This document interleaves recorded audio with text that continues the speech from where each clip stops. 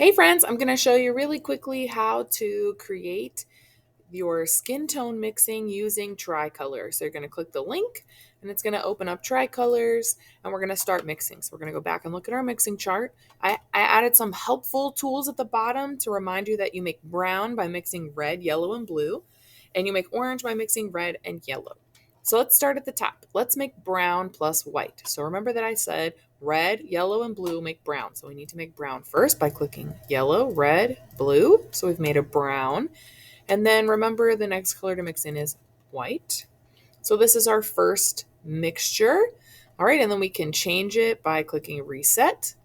And then coming back over here, let's pick one from another space. How about red, orange, and white?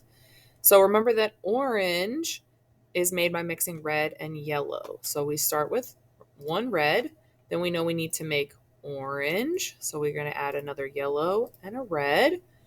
And then we need to add white.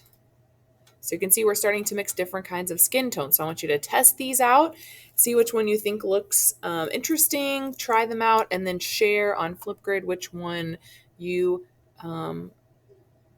would be using if you were painting in class.